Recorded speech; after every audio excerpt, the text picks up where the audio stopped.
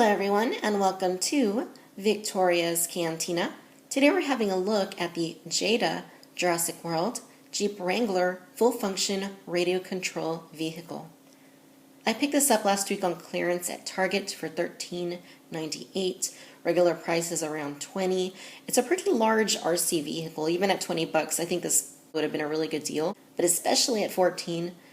Wow. As you can see from the packaging, it essentially is the same as all the other Jurassic World merchandise that we've looked at from both Jada. Is it Jada or Jada? I'm going to say Jada because that sounds a little cooler to me. And the Hasbro Jurassic World lineup, as well as the other odds and ends in there.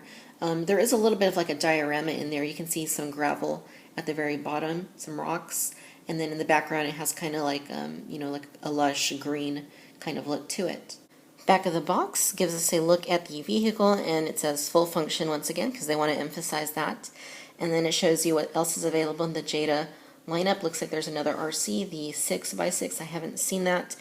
And then of course the die-cast. I've collected all three of the smaller die-casts, the Wrangler, the 4x4 Mercedes-Benz, and then the rescue truck.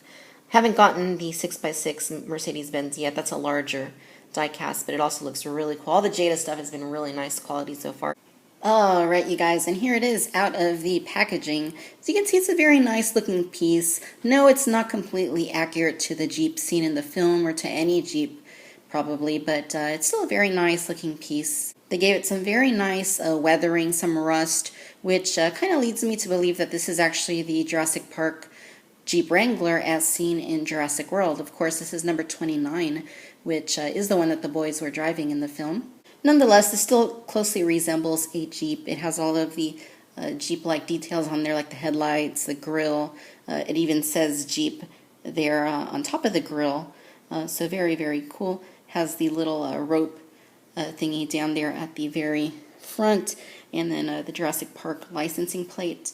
Overall, very nice look to it. I like how they even sprayed like the tires with a little bit of mud, as well as the spare tire at the very back.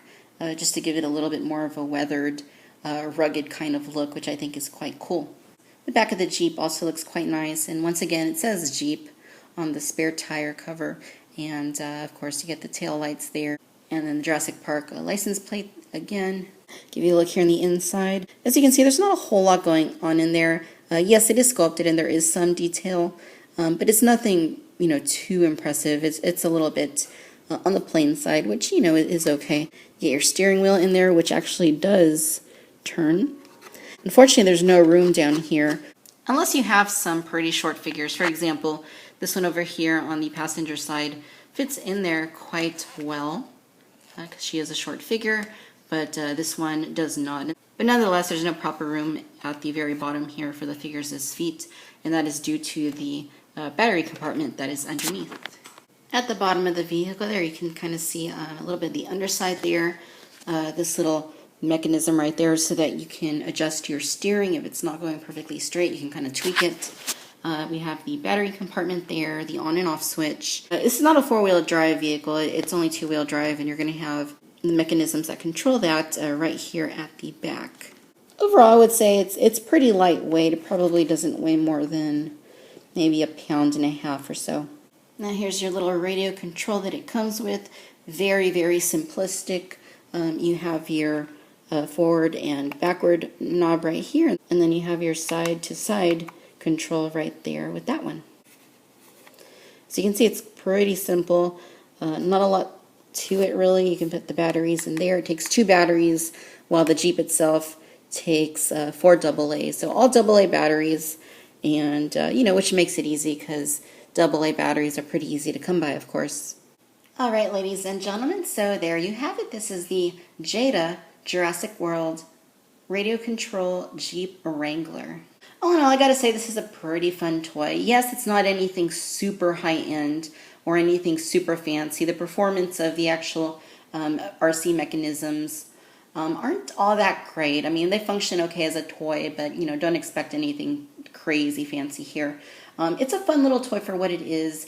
At retail price of $20, you really cannot go wrong here, especially considering that this is the Jurassic Park Jeep Wrangler.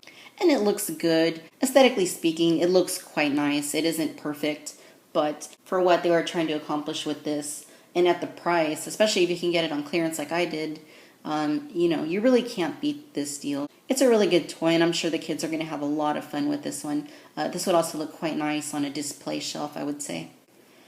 Alright, my friends, if you enjoyed this video, please be sure to like and subscribe. And as always, I want to thank you for watching Victoria's Cantina. Until next time, bye-bye.